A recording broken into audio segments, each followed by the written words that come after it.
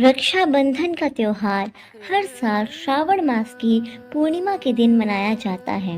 इसलिए इसे राखी पूर्णिमा के नाम से भी जाना जाता है। यह पर्व भाई बहन के प्रेम का उत्सव है। बहनें अपने भाई की समृद्धि के लिए उसकी कलाई पर रंग बिरंगी राखियां बांधती हैं। वहीं भाई बहनों को उनकी रक्षा का वचन देते हैं।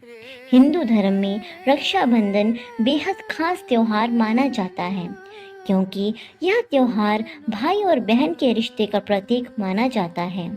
ये पवित्र त्योहार श्रावण शुक्ल पूर्णिमा को मनाया जाता है। इस दिन बहनें अपने भाइयों की कलाई पर रक्षा सूत्र बांधती हैं। भाई बहनों को जीवन भर उनकी रक्षा करने का वचन देते हैं। इस बार रक्षाबंधन का पर्व 30 और 31 अगस्त 2 दिन मनाया जाएगा। भद्रा होने की वजह से 30 अगस्त की रात या 31 अगस्त की सुबह मनाना ही उचित होगा। 30 अगस्त को पूर्णिमा तिथि के साथ ही भद्रा काल भी आरंभ हो जाएगा और हमारे शास्त्रों में भद्रा काल में श्रावणी पर्व मनाना निषेध माना जाता है। इस समय भाई को राखी बांधने की गलती बिल्कुल भी ना करें। 30 अगस्त को भद्रा काल रात 9:02 तक रहेगा। इस समय के बाद ही राखी बांधना ज़्यादा उपयुक्त रहेगा। राखी बांधने के लिए दोपहर का समय शुभ होता है। ऐसे में 30 अगस्त के दिन भद्रा काल के कारण राखी बांधने का मुहूर्त सुबह के समय पर नहीं होगा। उस दिन केवल रात में ही राखी बांधने का मुहूर्त है। 31 अगस्त को श्रावण पूर्णिमा सुबह 7:05 तक है। इस समय भद्रा का साया भी नहीं है, इसलिए सुबह सुबह भाई को राखी बांधी जा सकती है। रक्षाबंधन पूजन विधि। रक्षाबंधन के दिन सबसे पहले भाई बहन सुबह जल्दी उठकर स्नान आदि करके साफ कपड़े पहनकर सूर्य देव को जल चढ़ाएं।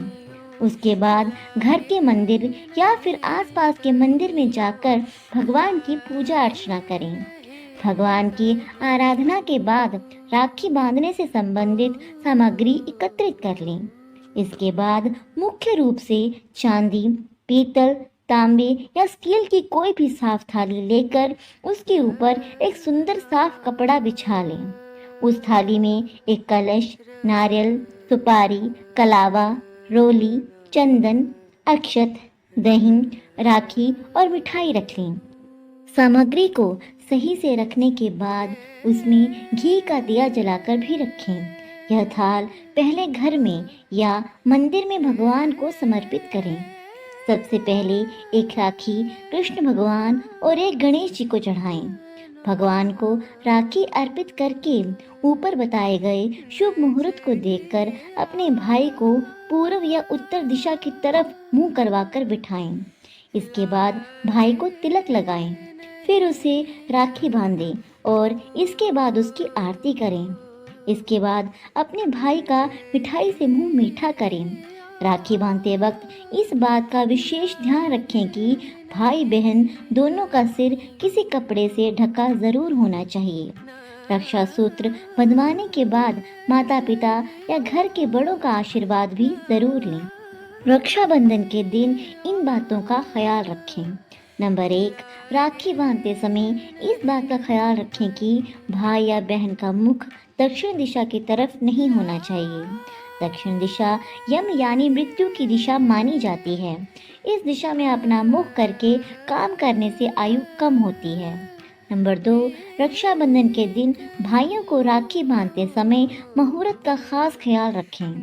नंबर 3, राखी के दिन भाई को तिलक लगाने के लिए चंदन या फिर रोली का इस्तेमाल कर सकते हैं।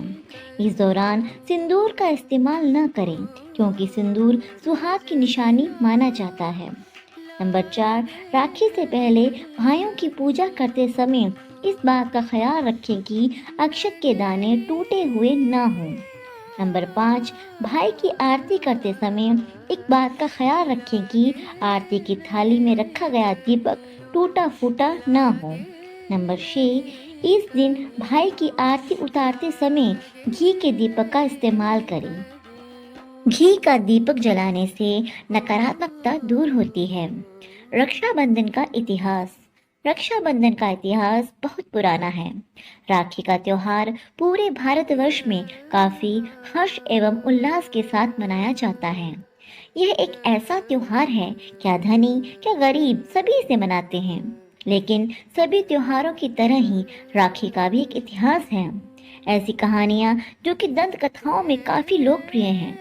चलिए रक्षाबंधन की शुरुआत कैसे हुई, इस विषय के बारे में जानते हैं। नंबर 1, सम्राट अलेक्जेंडर और सम्राट पुरु राखी त्योहार के सबसे पुरानी कहानी सन 300 बीसी में हुई थी। उस समय जब अलेक्जेंडर भारत जीतने के लिए अपनी पूरी सेना के साथ यहाँ आया था, उस समय भारत में सम्राट पुरु का काफी बोलबाला था। जो अलेक्जेंडर कभी भी किसी से भी नहीं हारा था, उन्हें सम्राट पुरु की सेना से लड़ने में काफी मुश्किल का सामना करना पड़ा था। जब अलेक्जेंडर की पत्नी को रक्षाबंधन के बारे में पता चला, तब उन्होंने सम्राट पुरु के लिए एक राखी भेजी थी, जिससे कि वो अलेक्जेंडर की जान को बख्श दें।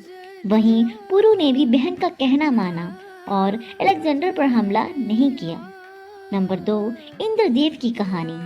भविष्य पुराण में ये लिखा हुआ है कि जब असुरों के राजा बाली ने देवताओं के ऊपर आक्रमण किया था, तब देवताओं के राजा इंद्र को काफी क्षति पहुंची थी।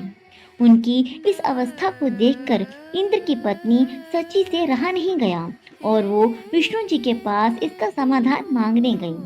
तब प्रभु विष्णु ने एक धागा सची को प्रदान किया और कहा कि वो इस धागे को जाकर अपने पति की कलाई पर बांध दे। और जब उन्होंने ऐसा किया, तब इंद्र के हाथों राजा बलि की पराजय हुई।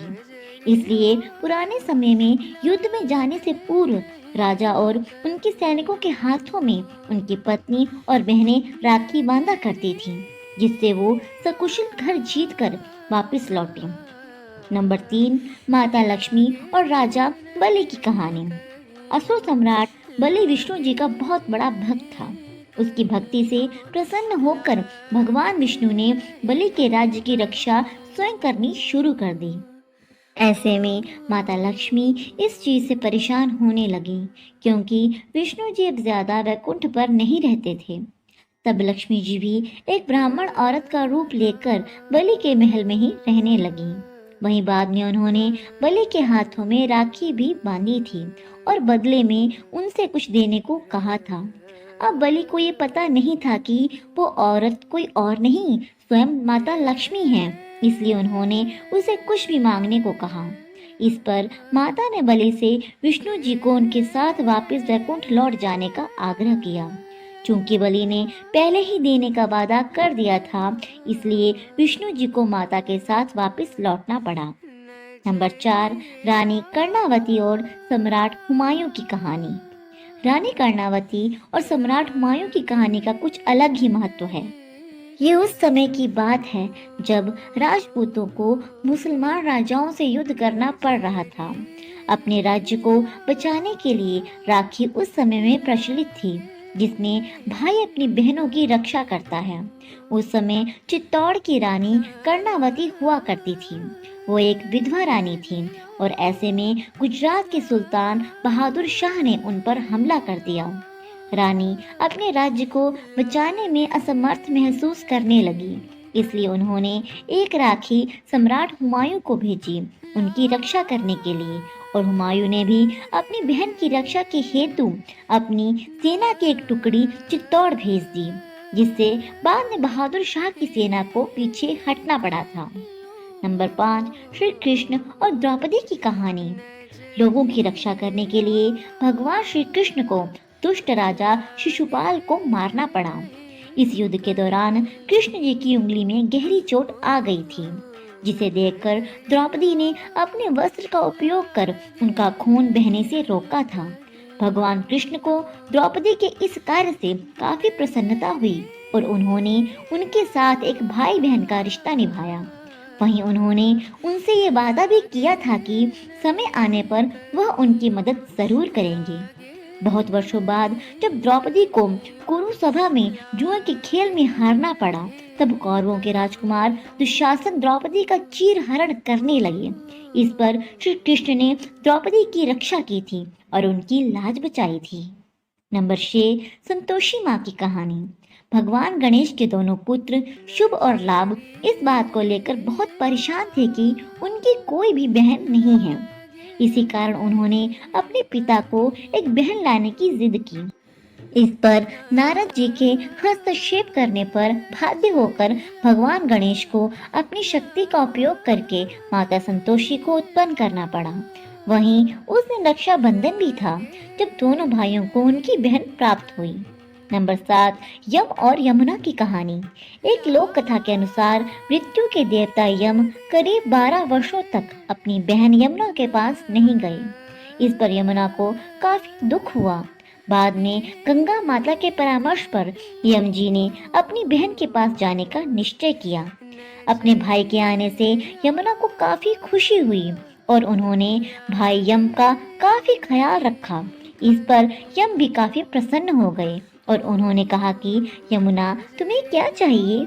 जिस पर उन्होंने कहा कि मुझे आपसे बार बार मिलना है।